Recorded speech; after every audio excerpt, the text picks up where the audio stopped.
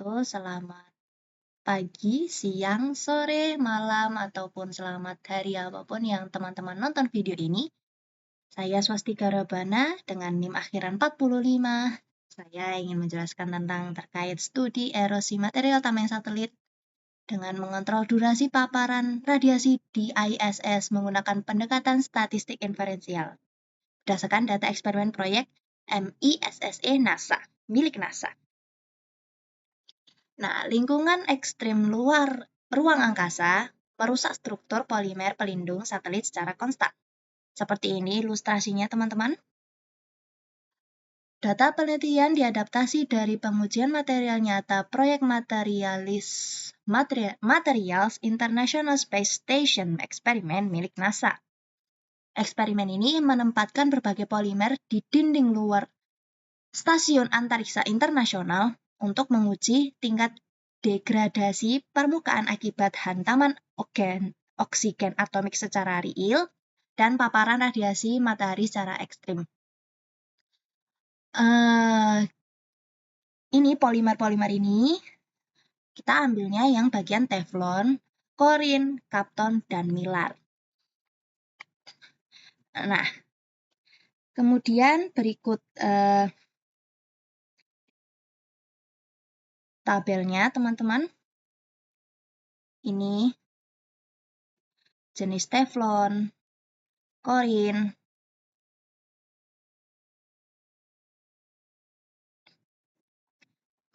kapton, sama mylar dengan durasi yang begitu variasi ya, dan juga ketebalan yang terkikis pun bervariasi juga.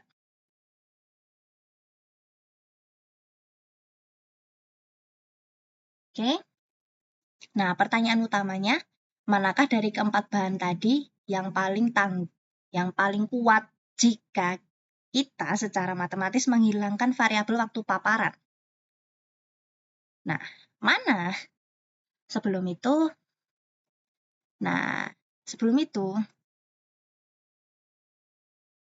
kita harus maksud saya dengan mencara sama matematis ini kita menggunakan ANCOVA. Nah, model ANCOVA ini berfungsi sebagai filter matematis untuk mengisolasi ketahanan murni suatu material. Dengan tadi ya, ada tabel yang di mana itu. Nah, seperti ini tabelnya jika dilihat untuk PPT dengan durasi sama yang terkikis untuk teflon, untuk korin, untuk kapton, sama untuk mylar. Dengan durasi yang bervariasi ini, kan yang terkikis berbeda-beda, bukan? Nah, dengan memfilter, kita jadi bisa hanya melihat yang materialnya aja, efek murninya. Nah, ANCOVA ini ada hipotesisnya. H0 ya. H0 tidak ada perbedaan tingkat ketebalan terkikis yang signifikan antara keempat jenis bahan setelah mengontrol durasi paparan. Untuk H1, terdapat perbedaan tingkat ketebalan terkikis yang signifikan antara keempat jenis bahan setelah mengontrol durasi paparan. Syarat penerimaan ANCOVA, H1 diterima apabila nilai signifikansi atau p-value pada tabel output utama ANCOVA menunjukkan angka 0,05. Jika dari tabel tadi, seperti ini, jika dari tabel ini, bisa di-pause ya, dibentuk grafik, maka hasilnya akan seperti ini. Bisa di-pause juga ya teman-teman. Di sini terlihat bahwa korin ini yang persegi abu-abu memang yang cenderung yang paling lemah berarti kan karena di paling bawah. Tapi kita belum tidak pasti gitu. Apakah benar-benar korin ini berada di bawah atau yang lainnya tuh berada di atas atau semacamnya. Maka digunakanlah model ANCOVA ini untuk melihat tanpa ada durasi paparan ini gimana gitu dengan difilter. Nah, kemudian kita masuk ke prosedur analisis yang dijalankan melalui 3 tahap uji statistik inferensial yang ketat ini. Yang pertama, kita bisa mulai uji asumsi klasik ini menggunakan SPSS. Ini menggunakan SPSS, oke. Yang pertama, uji asumsi klasik. Bisa dengan menguji normalitas dan uji homogenitas. Jika signifikansinya lebih dari 0,05, distribusi data normal dan data homogen. Kemudian bisa lanjut, setelah ini terpenuhi, bisa lanjut ke uji hipotesis utama dengan menggunakan general linear mode atau univariate. Ini akan dijelaskan nanti. Dan kemudian ada uji lanjut atau post hoc test. Nah, uji lanjut ini yang kita gunakan adalah uji pairwise comparison untuk yang menggunakan koreksi Bonferroni untuk membandingkan performa antara material secara spesifik dan presisi. Baik, kita langsung masuk ke mode SPSS ya teman-teman. Jadi saya sudah membuat Excel-nya. Nomor sampel, jenis bahan, durasi, dan ketebalannya sudah ini saya buat seperti ini. Ini masih belum bisa dimasukkan ke dalam SPSS, jadi saya menggunakan seperti ini. Jenis bahan, durasi, ketebalan, dan segala macamnya. Kita bisa langsung copy saja. Kita copy terlebih dahulu. Hanya angka-angkanya saja ya teman-teman. Kita copy. Nah, kelihatan ya teman-teman garis-garisnya. Kemudian masuk ke SPSS, dibuka aplikasinya. Lalu kita CTRL-V atau di paste. Kita masuk ke variable view. Nah, yang pertama dilakukan adalah mengubah nama ini, nama ini diubah var1 ini ke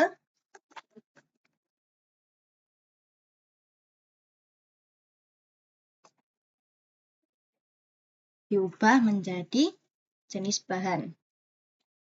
Jenis bahan. Gini. Terus yang kedua ini tadi durasi paparan. Seperti ini. Dan yang ketiga ketebalan terkikisnya. Terkikis. Begini. Labelnya bisa di-copy juga dengan sejenis dengan nama ini. Bisa di-copy ya. Seperti ini. Stop.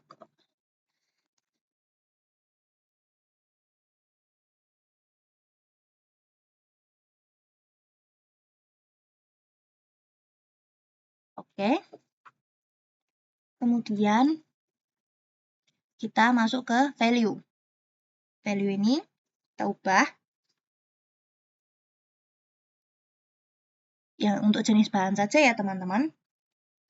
Value-nya ini tadi di data view ada angka 1, 2, 3, 4. Nah, kita ubah 1. Kita menjadikan ini teflon seperti yang tadi di Excel. Yang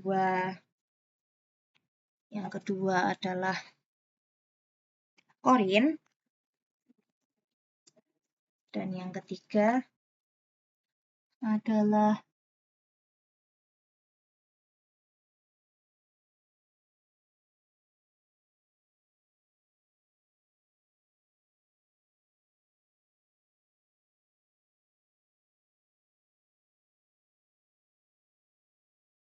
kapton.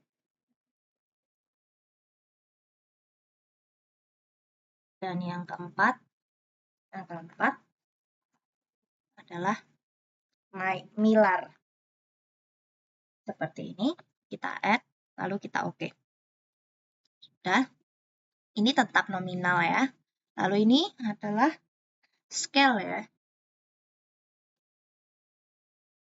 Kita ubah ke scale, lalu kita kembali ke data view. Nah, seperti ini. Tadi angka 1, 2, 3, 4 tadi udah berubah menjadi nama labelnya, seperti yang sudah diatur tadi. Kemudian, tadi langkah pertama adalah menguji dulu homogenitas dan normalitas. Kita bisa klik Analyze, lalu kita bisa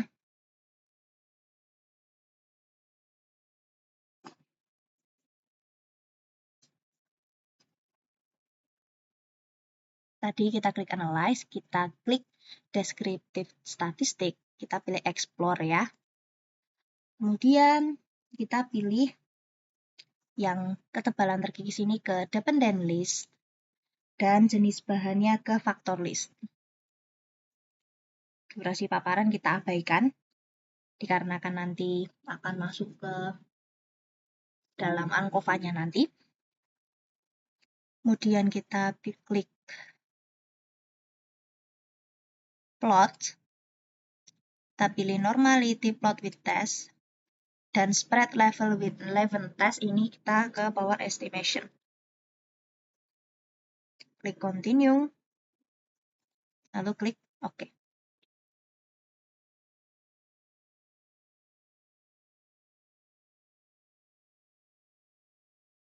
Begini ya, ini outputnya teman-teman. Kita bisa fokus ke Test of Normality dan Homogeneity of Variance. Bisa dilihat normalitinya, signifikansinya yang ketebalan terkikis untuk jenis bahan ini, signifikansinya lebih dari 0,05. Yang berarti data ini normal, dan juga homogenitasnya ini juga homogen, dikarenakan signifikansinya nilainya ini lebih besar dari 0,05. Ini dia nilainya. Bisa di-pause kok teman-teman. Kemudian, setelah mengecek uji normalitas dan uji homogenitas, kita bisa masuk ke untuk GLM tadi, univariat tadi. Kita klik Analyze, pilih General Linear Model, lalu pilih univariat. Nah, ini nih. Pindahkan ketebalan terkikisnya pada dependent variable, jenis bahannya ke fixed factor. Nah, durasi paparan ini kita ke covariat. Nah, dalam model ini kita mengasumsikan tidak ada interaksi antara jenis bahan dan durasinya ini. Yang berarti kemiringan regresi kelompok akan dianggap setara. Selanjutnya, kita klik KM-Means, lalu kita memindahkan jenis bahan ini ke Display Means For, lalu klik Compare Main Effects, dan kita pilih Bonferroni. Saya penyebutannya. Pengaturan Bonferroni ini krusial untuk menjaga agar perbandingan kita tetap fair dan konservatif dalam mengontrol tingkat kesalahan tipe ini saat membandingkan banyak grup. Klik Continue, lalu klik OK.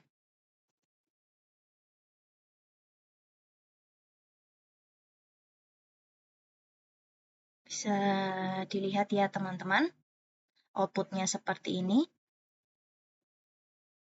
Nah, untuk melihat model ANCOVA, kita bisa fokus ke tabel yang test of between subject effects. Perhatikan tabel ini, ada dua nilai statistik yang harus kita perhatikan. Yang pertama untuk yang durasi paparan ini, durasi paparan memiliki nilai signifikansi kurang dari 0,05 dengan nilai F yang juga sangat besar, 274,333 ini, yang membuktikan bahwa faktor ini akan sangat dominan dalam memengaruhi erosi, sehingga untuk menjadikan sebagai covariat sudah sangat tepat. Kemudian pengaruh jenis bahan ini kita juga perhatikan dengan nilai signifikansi juga kurang dari 0,05, dengan nilai F juga sebesar 48,131, yang berarti memiliki bukti kuat untuk menolak H0, atau artinya kita menerima H1. Artinya terdapat perbedaan ketahanan erosi yang sangat signifikan antara material setelah pengaruh durasi waktu yang kita kendalikan tadi, di covariat tadi. Kemudian setelah ini bisa, karena tadi ada uji lanjut, sudah juga tutor kita masukkan yang Bonferroni tadi, kita bisa langsung ke pairwise comparison tabel ini. Wow, banyak ya. Kita bisa fokus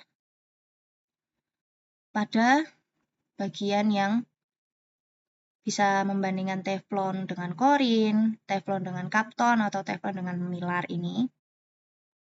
Teflon dengan korin,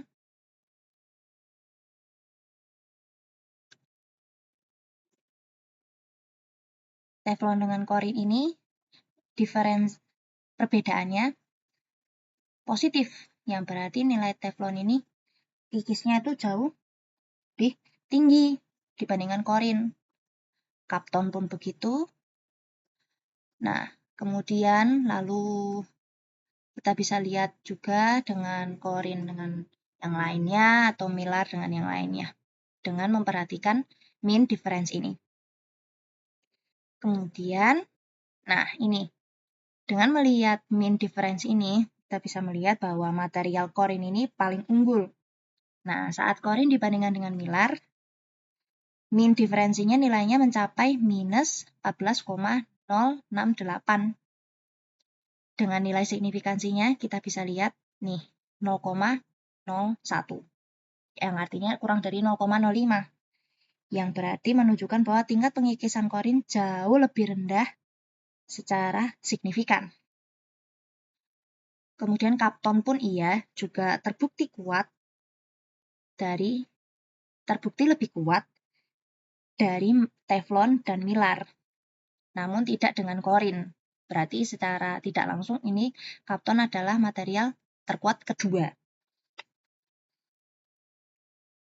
Dengan membandingkan ini, nilai signifikansinya juga lebih kecil atau pas dengan 0,05, yang berarti wajar dan memang ada perbedaan segitu. Namun ada yang unik. Nah, jika teflon dibandingkan dengan mylar, nilai signifikansinya jauh lebih besar dari 0,05 dan tidak punya tanda bintang ini, teman-teman.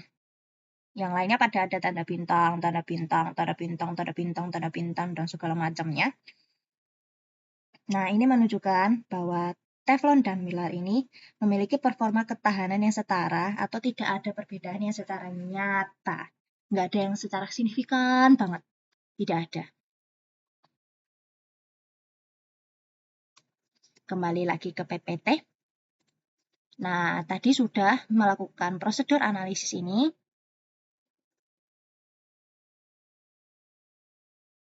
Nah, ini untuk secara singkatnya. Nah, dengan material korin, kapton, teflon, mylar ini ada kelompok kimianya. Kelompok kimianya korin ini termasuk golongan polimid atau cincin aromatik. Kapton pun juga sama.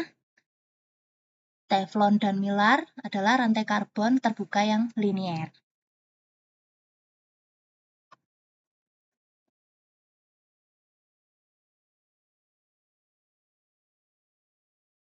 Nah, stabilitas ikatan kimia internal menentukan kemampuan material menyerap energi kinetik luar angkasa. Tadi, kelompok kimia korin dan kapton adalah cincin aromatik. Nah, dengan kadar oksigen atomik yang sebesar 7,8 km per sekon. Nah, dengan susunan rantai seperti ini sangat rapat dan stabil berfungsi layaknya jaring penyerap benturan. dan mampu menyerap energi benturan kinetik dari oksigen atomik dengan kecepatan orbital tadi 7,8 tanpa memutus ikatan kimia. Jadi secara tidak langsung ini material yang terkuat. Sedangkan yang tadi Teflon dan Mylar adalah rantai karbon terbuka linier. Nah, struktur ini sangat rentan terhadap fenomena fotodegradasi. Radiasi UV matahari memutuskan ikatan rantai polimer utama, membuat permukaan rapuh dan hancur seketika saat dihantam oksigen atomik. Kesimpulan yang bisa didapat dari semua setelah yang dilakukan tadi, dominasi korinnya dalam menahan erosi ruang angkasa terbukti secara matematis dan fisis. Yang pertama, validitas model kovariat. Tadi, durasi paparan secara nyata memengaruhi kerusakan. Penggunaan ANCOVA terbukti tepat secara statistik untuk menetralkan efek waktu dan menguji murni kekuatan material. Yang kedua, hierarki ketahanan material tadi. Terdapat perbedaan signifikan pada ketahanan internal material. Korin menduduki peringkat pertama secara mutlak, diikuti oleh Kapton. Kemudian Teflon dan Mylar berada di posisi terakhir dengan performa yang sama secara statistik. Dan yang ketiga adalah pembuktian struktur kimia tadi. Hasil statistik berbanding lurus dengan fisika material. Keunggulan polimid atau cincin aromatik atas rantai karbon linier dalam menyerap energi kinetik dan menahan radiasi UV tervalidasi secara empiris oleh data yang milik NASA tadi, MISSE NASA. Berikut videonya. Sudah selesai untuk tutorial ini. Sekian, terima kasih. Wassalamualaikum warahmatullahi wabarakatuh.